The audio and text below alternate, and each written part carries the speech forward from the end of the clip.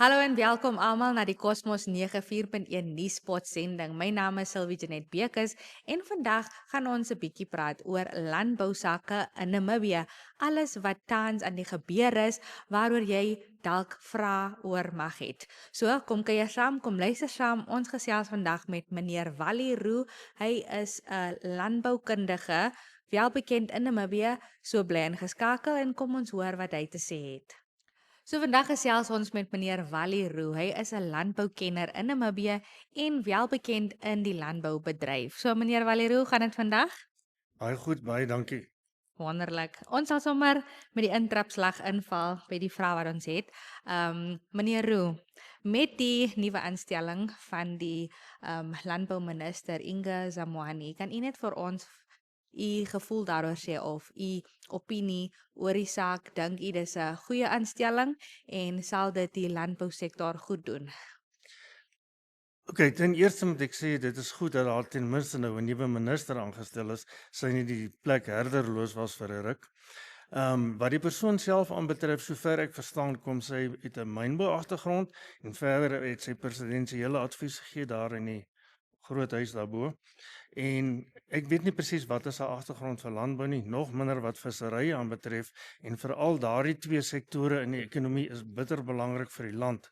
So haar vuurdoop gaan kom is hoe gou gaan sy vertroud raak met wat in landbou en visserry aangaan en wat elk se bydrae tot die land se ekonomie is. Dis nou eintlik u lei nou vir ons in die volgende vraag in met die samensmelting van die twee ministeries wat dan nou apart was. Wat dink jy daarvan? Gaan dit goed werk en is dit nie te groot van 'n portefeulje vir een ministerie om te hanteer nie? Kyk, ek verstaan waar jou vraag uitkom as 'n mens nou gaan kyk na die belangrikheid van elkeen, maar nou moet 'n mens ook onthou dat landbou as ook visserye, as 'n mens nou gaan kyk wat is hulle bydrae per persoon in hierdie land wat direk of indirek afhanklik is van daardie, dan is dit die grootste sektore in die landbou.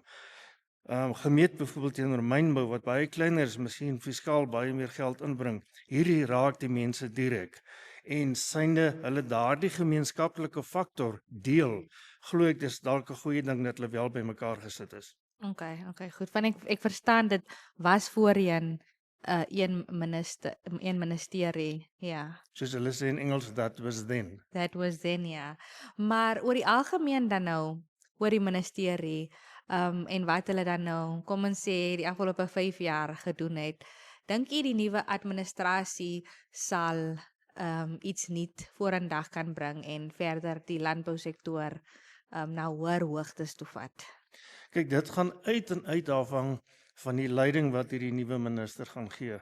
As die leiding nie goed is nie, dan weet ons almal wat die antwoord gaan wees, maar as hy voor kan vat en vas kan vat en daardie ministerie, kom ons sê, kan motiveer, dan behoort dit definitief 'n positiewe ding te wees. Okay, wonderlik.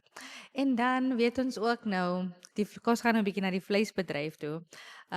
Waar Meatco dinge gaan daar in die agtergrond aan wat hulle nog self nie iets oor gesê het nie, maar ons sien dan nou in die koerante in dat hulle weer die vorige uitvoerende hoof van Meatco, meneer Mwilima Mushokobanji, weer wil aanstel as die uitvoerende hoof. Maar daar is natuurlik druk van die kabinet en van die raad van Meatco ook. Wat dink jy daaroor en is daar hoop vir Meatco in hierdie landskap en met alles wat tans so onseker is? Okay, miskien net 'n klein bietjie agtergrond. Die persoon ter sprake wat hulle nou weer wil heraanstel, sy kontrak het begin in vroeg 2020 nadat Rikoro weg is en toe het hulle besluit om nie sy kontrak te hernie nie in einde Januarie 2025. Nou die Meatco board het al in Julie verlede jaar vir hom laat weet hulle gaan nie sy kontrak hernie nie en net 'n maand daarna in Augustus toe kom die kabinet en hulle gee die instruksie deur daardie persoon se kontrak moenie gekanselleer word nie en dit moet verleng word.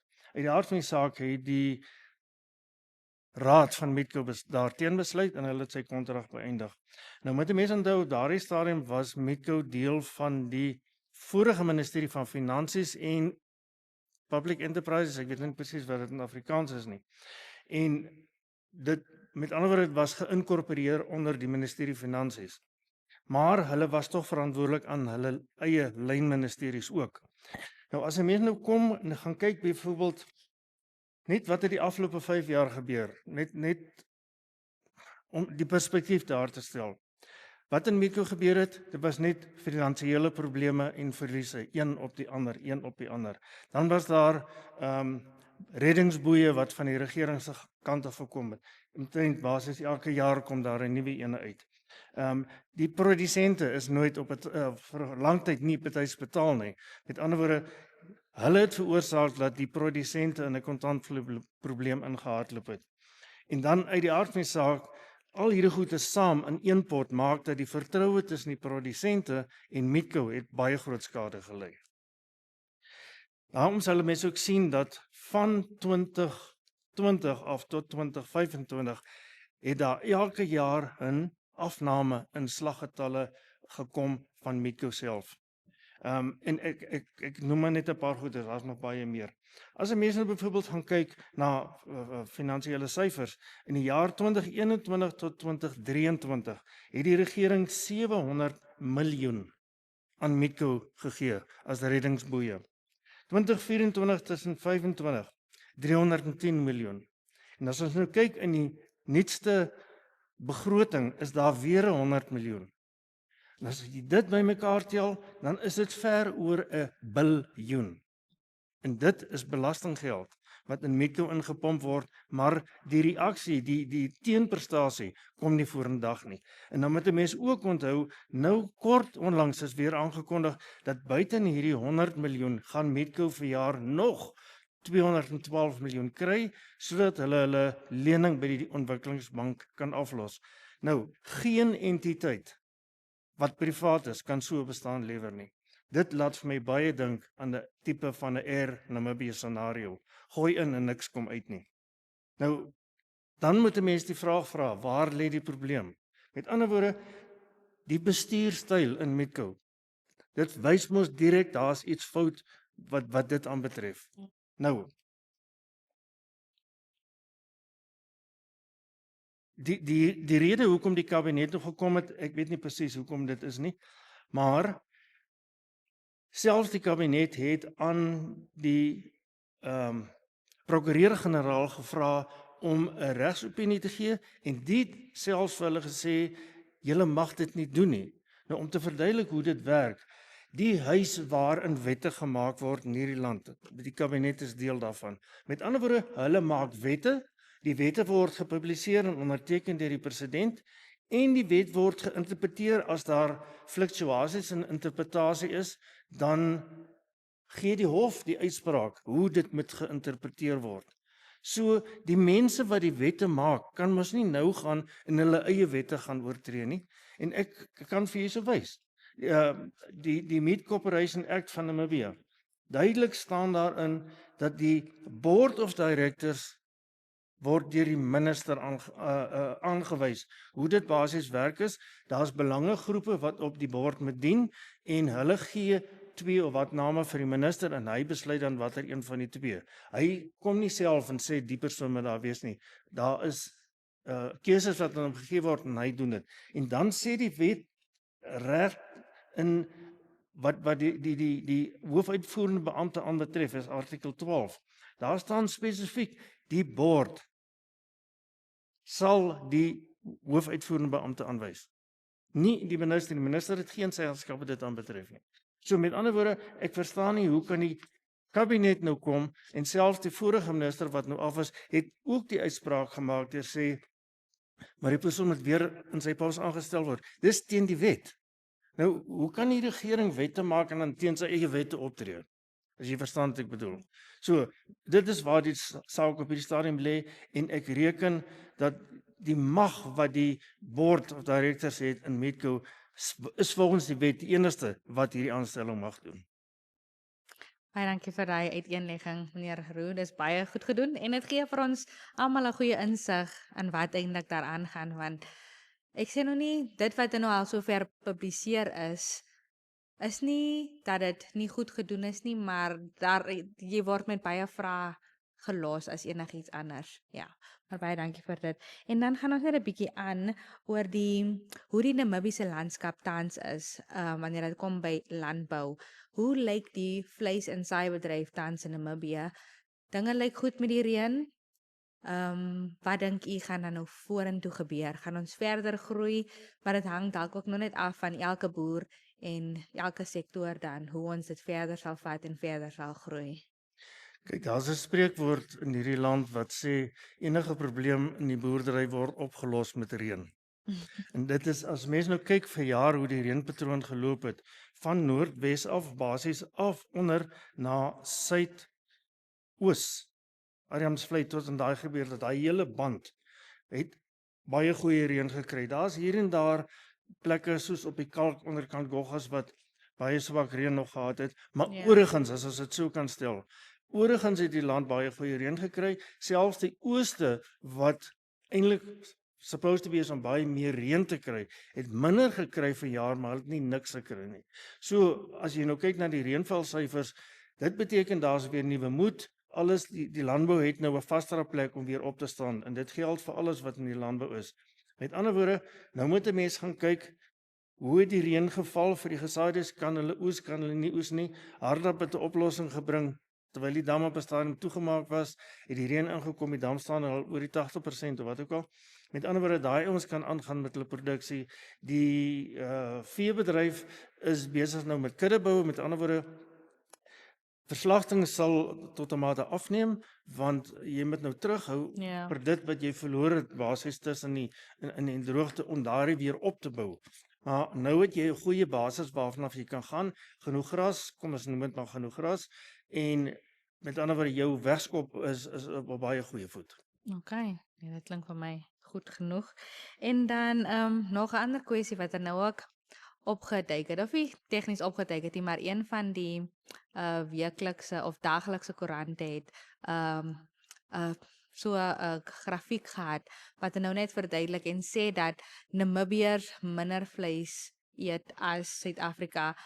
Wat dink jy daarvan? Is dit akkuraat? Is dit 'n Wat beteken dit op die einde van die dag as dit wel die geval is? En as dit nie so is, is selfs u net vir ons verduidelik wat dan nou nie natuurlik noodsaaklik gekyk word in daai grafiek of die skryfwerk wat gedoen is daarin. Wat mis ons? Ja. Ja, kyk hulle verwys natuurlik nou hierso wat hulle noem van jou verbruik per capita wat dan nou oorigans beteken hoeveel vleis word geëet per persoon in die land. Nou as ek nou daardie syfers kyk van ons teenoor Suid-Afrika, wil ek 'n bietjie 'n vraagteken gooi rondom dit en ek sal gou verduidelik hoekom. My eerste vraag is watse data het hulle gebruik? Om vir jou 'n idee te gee. Het hulle kleinhandeldata gebruik? Het hulle uitvoerdata gebruik? Wat presies het hulle gebruik? Want jy moet onthou, dis nie alle vleisproduksie wat deur 'n winkel gaan nie. Party gaan direk van die produsent na die verbruiker toe. En is daardie goed in ag geneem? Dis my eerste vraag. Die ander vraag is uit watter mandjie maak hulle die vleis saam? Is dit net rooi vleis of sluit jy hoenderhoek in? Sluit jy vis in? En dit maak hy al 'n verskil. Tussen dit sluit hulle geblikte goeders in, verwerkte vleise soos hamme en daai tipe van dinge. Al daai goeders speel 'n rol en ek glo nie ons is 'n uitvoerland van vleis. Ons kan nie ons eie produksie opeet nie. Suid-Afrika produseer te min. Hulle moet invoer. Nou dan maak die syfers nie vir my lekker sin nie. Ons wat te veel eet minder as hulle. Ek weet die vraagteken is daar's net te veel van hulle. Ja, want ek weet elke ras hier in Namibië eet baie meer as genoeg vleis. My mense ons sukkel met gout oor die rooi vleis.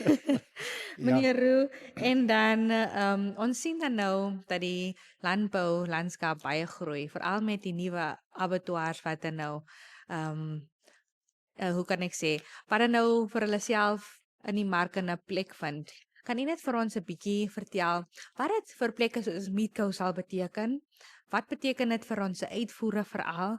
En dit vir my klink dit soos meer geld wat sal inkom as daar meer abattoirs is en meer geld vir die boere op die einde van die dag ook. Kan u net vir ons daar 'n bietjie van 'n oorsig gee hoe hierdie kompetisie tussen die abattoirs goed sal wees? Sal dit nie goed wees nie? Wat is u opinie daaroor? Miskien het ek het nou net genoem, teruggaan net na wat ek gesê het. Ja. As 'n mens gaan kyk byvoorbeeld in verjaarsbegroting, die syfers wat hulle noem wat aan Metco toegeken gaan word. Die eerste instansie daai 100 miljoen en nou nog hierdie addisionele 212 om hulle lenings te dek. Met ander woorde, die regering sit tipe van in 'n paniek.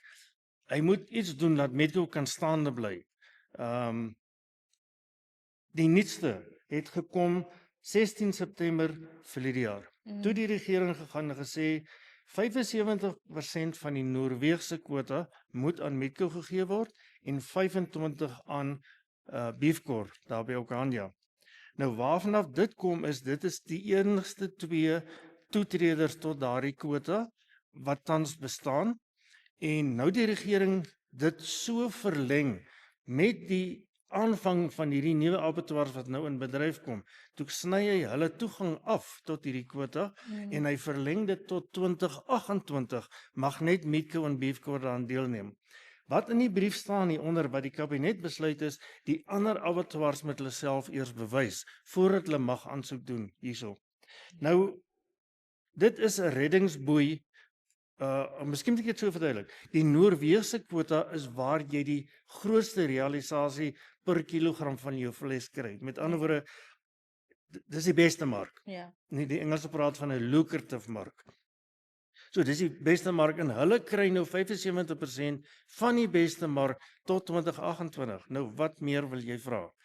Die ander abattoirs met die mense wat ek gepraat het, as jy gaan na Rehoboth se abattoir toe, hulle produseer hierdie Japaneese vleis wat so Die Wagyu, ja. die is Wagyu. Met ander woorde, hulle het nie 'n probleem met die Noorweegse kwota nie. Hulle het 'n heel ander mark. Hulle het 'n niche-mark waarna hulle wil bemark. So die eienaar van die plek het gesê hulle staan nie in die ry vir 'n Noorweegse kwota nie. Wat die Savannah beef aanbetref hier naby Okanja, daardie mense se strategie is heeltemal anders. Hulle het klaar hulle mark gesoek en toe het hulle begin met hulle kom ons sê besigheidsplan. So hulle het van die regte kant af gekom. So hulle is glad nie afhanklik van Noorwe nie. Sou hulle dit kry, is dit 'n bonus. Maar dit gaan hulle glad nie plan nie. Nou die ding is nou gaan 'n mens seker sê, ja okay, nou gaan daar kompetisie kom in die uitvoermark ensovoorts. En kyk, Metco kry nou hierdie 75% ensovoorts. Dis nie waar die probleem gaan ontstaan nie. Die groot probleem gaan kom in die land self. Want wat nou gaan gebeur is, as jy 'n gevestigde mark het soos Savannah het, hulle moet nou net bewys hulle bemarking werk. Metco se bemarking werk nie altyd nie. Nou dan gaan daar kompetisie wees vir die beskikbare slagvee binne in die land. En dit is waar die groot kompetisie vanaf gaan kom. En as hierdie ander twee se bemarkingsstrategie reg is, dan gaan Metco swaar kry. Sy syfers van verslag gaan nog minder en nog minder word. Want jy moet ook aan die ander kant onthou, al ons bees gaan nie sommer net Europa toe nie. Daar's nou nuwe regulasies wat jy moet nuwe inspeksies doen, veeartseny moet afteken en net daardie groep bees kan uitgevoer word, né? En daardie bees sal nou na hierdie ander abattoirs toe gaan. En die wat nie kan uitgevoer word, gaan dan by Metco geslag word en wat gaan hulle met die vleis maak? Ek hoop dit antwoord jou vraag. Nee, dit doen definitief. Meneer Valeroux, baie dankie vir die tyd. Om af te sluit wil u net een laaste ding sê oor die landboubedryf oor die algeheel en dan eindigons dit daar. Ek dink in elk geval as 'n mens kyk op hierdie stadium in tyd, met ander woorde 2025 met die vooruitskouing moontlik hoe dit nou dalk volgende jaar weer gaan goed reën en staan ons op 'n goeie vertrekpunt. So dit sal als afhang wat se leiding kry die landboubedryf, ook visserye vanaf die nuwe minister af. Hoe gaan hulle die produsente ondersteun? En ek wil amper vir jou sê politiek uit die storie uithou. En dan dink ek is daar 'n baie groot of 'n goeie toekoms wat vir ons in landbou voorlê. Wonderlik, baie dankie vir die tyd meneer Valeroux. Ons gesels weer. Dankie. En julle kan weer eendag gaan met ons inskakel hier op Cosmos 94.1 se YouTube bladsy.